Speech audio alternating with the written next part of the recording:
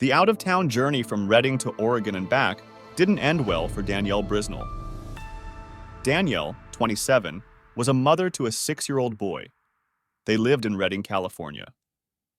Danielle was a known traveler who didn't own a car but often traveled to Northern California, Oregon, and Nevada. Family members did not expect that she wouldn't return home. Like any other trip, this one was no different. She left home on the night of Saturday, December 7th, 2019, and was expected to return home by December 11th. When that didn't materialize, her boyfriend made a missing persons report with the Redding Police Department. Danielle is described as 5 foot 5 inches, weighing 150 pounds with green eyes and strawberry blonde hair. Her hair is naturally curly, and she has a tattoo on her shoulder and the inside of her wrist. Danielle was last seen wearing black leggings, a purple shirt, and a black and gray jacket. Investigators believe Bisnell was traveling through Lynn County on her way home when she contacted her family on December 10th. That's the last time family and friends spoke to her. There hasn't been a single sighting of Danielle in Redding or Lynn County after December 11th. However, her phone pinged around the North Point Apartments on January 11th, 2020 in Redding. Police could not confirm that Danielle was at any of these apartments, but they knew her phone was in the vicinity. The Shasta County secret witness offered up to $2,500 for information leading to the whereabouts of Danielle Renee Bisnell. Authorities say they believe Danielle journeyed to the Central Oregon area via Interstate 5 during the early morning hours of December 8th. The investigation into her disappearance was very complex and proved to be an extensive process as Danielle traveled between the two jurisdictions of California and Oregon. Finding her whereabouts involved multiple states and the cooperation of numerous law enforcement agencies. The police started their investigations on December 8th, leading up to the last conversation Danielle had with family and friends. Because Danielle reached out to loved ones while on her way home, the police gained insight into her whereabouts, which indicated she was alive and well almost 3 days into her journey before she wasn't heard from again. On Tuesday, December 10th, Danielle called her mother, Renee Stevens, from a rest area on her return trip from Oregon. She informed her mom that she was traveling with a man she met named Eric. During the conversation, Eric was making her a bed in the back of his van so she could get some rest. She had also planned to stop somewhere to purchase a gift for her son for his 7th birthday.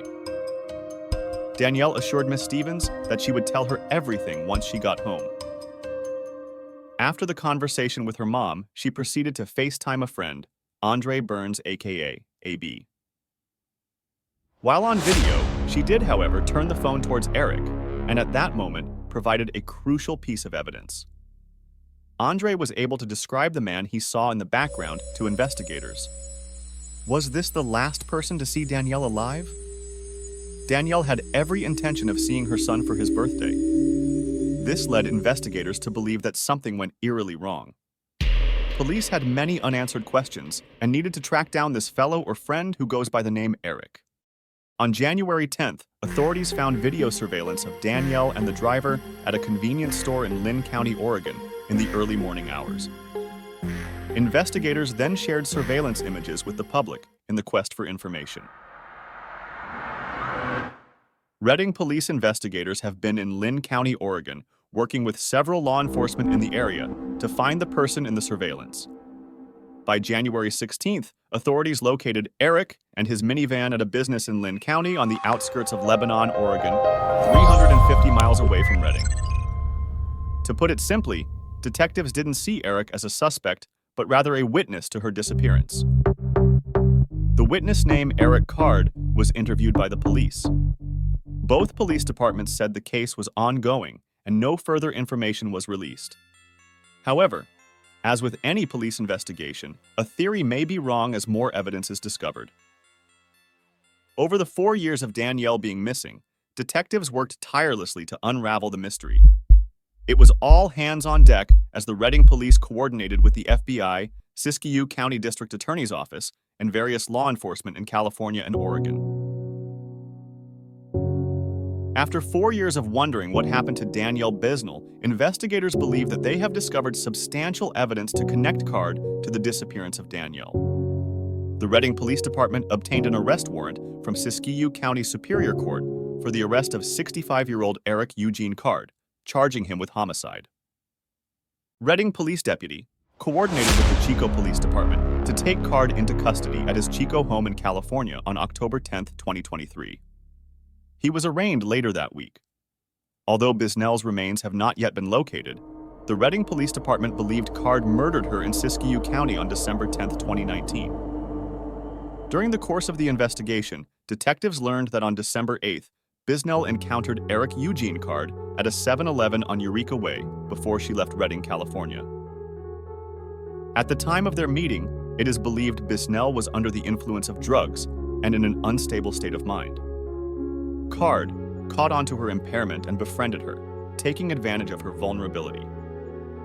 He managed to convince Bisnell to travel to Oregon with him. Initially, he agreed to return her to Reading, but later changed his mind and resisted her pleas to reach home in time for her son's birthday. Danielle never arrived home. Card has a propensity to befriend women who appear distressed or under the influence of drugs and alcohol. He usually lurks around gas stations and convenience stores. In fact, Card was guilty of doing just that in the early morning before his arrest on October 10, 2023. This seems to be Card's scheme of finding women to take advantage of. To help bolster their case, the Reading Police Department encourages anyone who has had an unusual or uncomfortable encounter with Card, or know someone who has, no matter how trivial they believe the experience to be, to come forward and contact the Reading Police Detective Division. After Card's arrest, he could not be present for his court hearing. Apparently, Eric was at the San Francisco hospital having his leg amputated. Siskiyou County Superior Court. Judge Thomas Linville issued a $500,000 bench warrant after Card failed to show up for the preliminary hearing on October 24th in court in Eureka. Card remains in custody, pending further court proceedings. Although there has been an arrest in her homicide, Danielle is still missing. Her loved ones are hoping there will be a discovery soon so they can finally have closure.